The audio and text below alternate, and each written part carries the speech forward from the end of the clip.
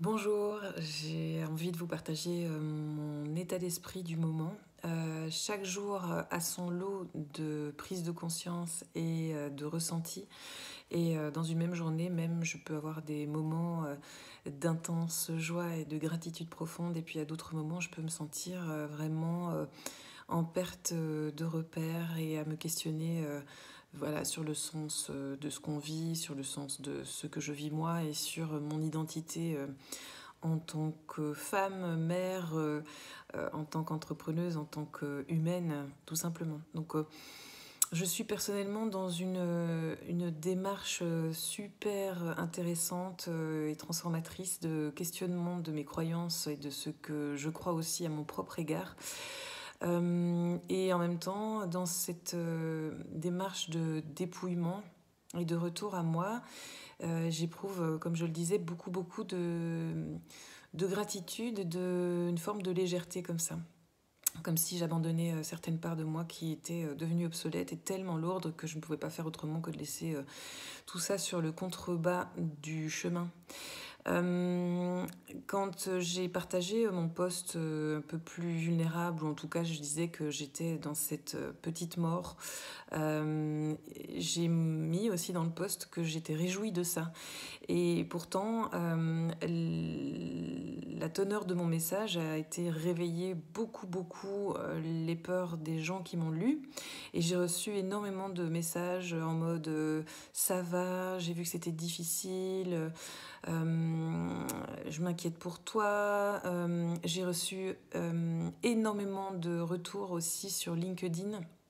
Euh, Pas forcément d'ailleurs toujours agréable de personnes qui se positionnent en sauveurs, mais ce sont souvent des hommes qui ont une approche assez paternaliste, alors que voilà, j'ai pas du tout envie de me positionner en victime. Ça m'a permis aussi de me rendre compte que peut-être que ce poste avait pour certains une teneur victimaire, ce qui était vraiment pas ma volonté. Donc ça m'oblige encore une fois ici à aller regarder mon alignement cœur, pensée, acte et mots et communication.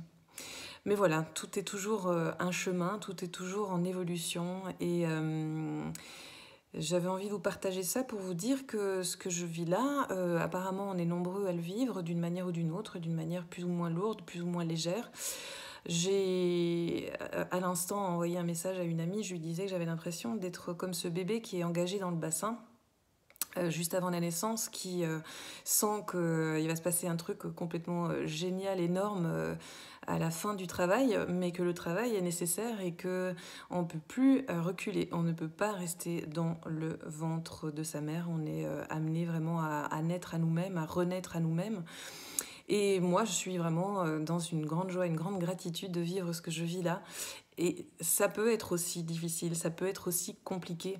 C'est pas antinomique. Et c'est important, je trouve, qu'on puisse reconnaître la coexistence, la cohabitation d'états en nous, émotionnels, psychiques, spirituels, énergétiques, qui pourraient sembler contradictoires, mais qui font qu'on est des êtres complexes, complets, et qu'on peut s'autoriser à vivre toutes ces réalités en même temps.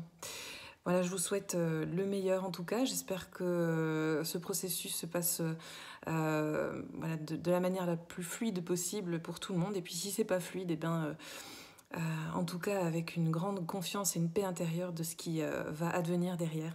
Je vous embrasse.